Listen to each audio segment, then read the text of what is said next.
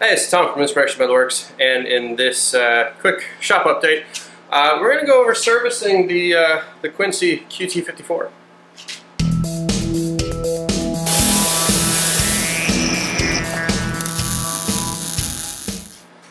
All right, so it's definitely time to service the air compressor.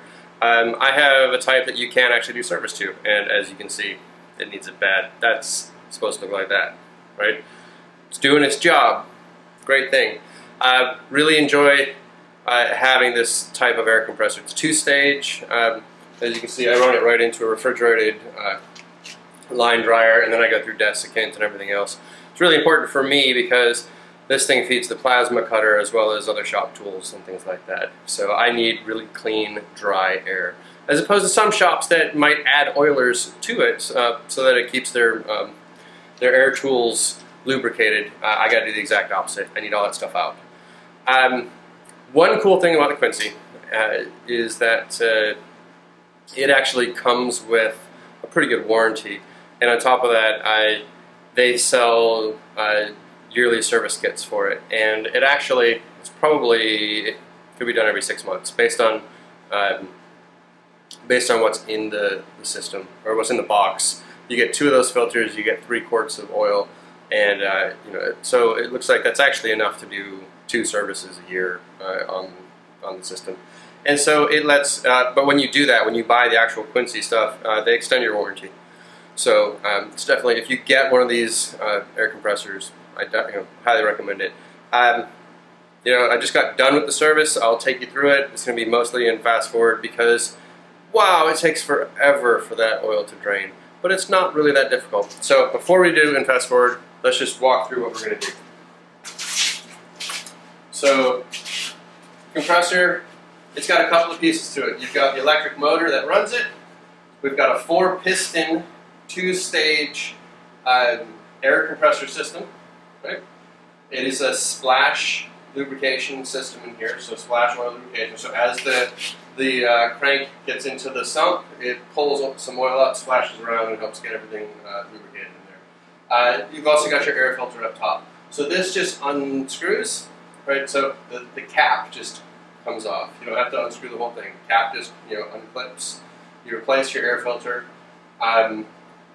It's got a for the drain. I actually like this. That the drain, it's got about a 3-inch extension on here, so it makes it easy to do your drain.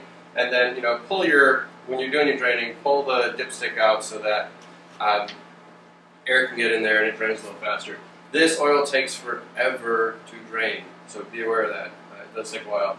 One thing I really like about this Quincy's, I don't know if you can see it in the video or not, but they're all made in the USA, everything about it. So they are more expensive than the stuff you're going to get at your normal box stores, but you can pick them up at Northern Tool. They come on sale pretty regularly.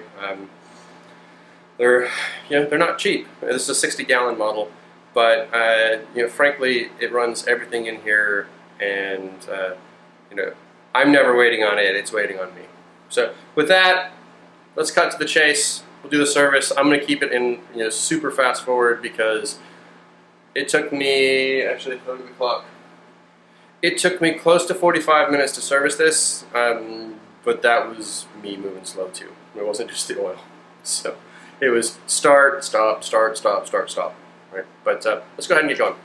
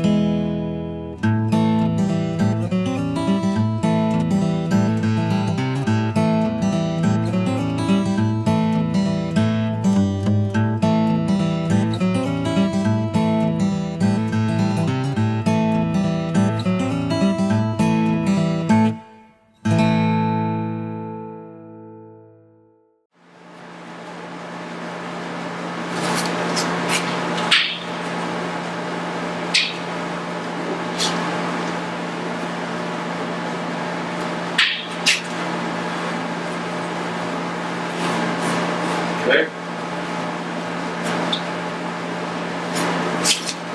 So 1.5 quarts filled it, but we need to cycle it, let it go through, and then check it again. So I'll be back. All right, it's cycled through. It's kill the power to it again. Let's just do a quick check on the oil. Now some of it's going to be still draining, but oh, jeez. So, you know, it's one of those where, yeah, we're good. We're full. It's about 1.5 quarts topped it up. This guy is all set.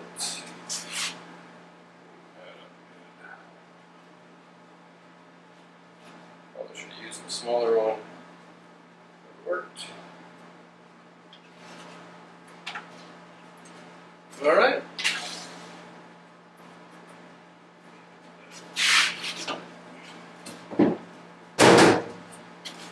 So, fire it back up. We're good to go. It's all set. Okay, so I hope you guys, learned a little something about these setups. I mean, like I said, it's not a whole lot, but I thought I'd share a little bit. This week's been a little different. Thanks for, if you're still with me on the video, I appreciate that. I've had family in from out of town, family that lives overseas, serving overseas, and so I kind of put a hold on some shop stuff this week while I was hanging out with family, my niece and nephews and stuff like that. Yeah, we're just back in the shop, getting ready, getting cleaned up, getting things moving, and we're about to push forward on some new parts projects. So stay tuned. Thanks again for all the comments and likes, subscribes.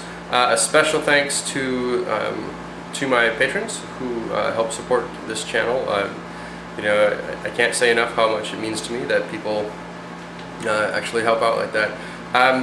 Last but not least, I don't know if anybody's still watching the video or not, but I got a package this week, and I'll be going over that a little bit later.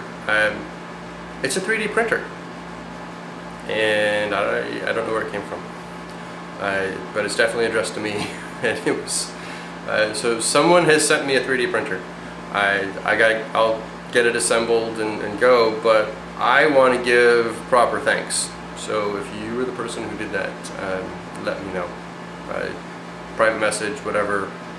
I don't have to actually say anything on camera, but if nothing else, I want to say thank you to myself. So even if you decide not to, thank you so much, because I was kind of floored. I got this package the other day, and my daughter was like, "Oh, Daddy, you got a 3D printer?" And I'm like, "No, I didn't. It must just be a box that says that was what was in it."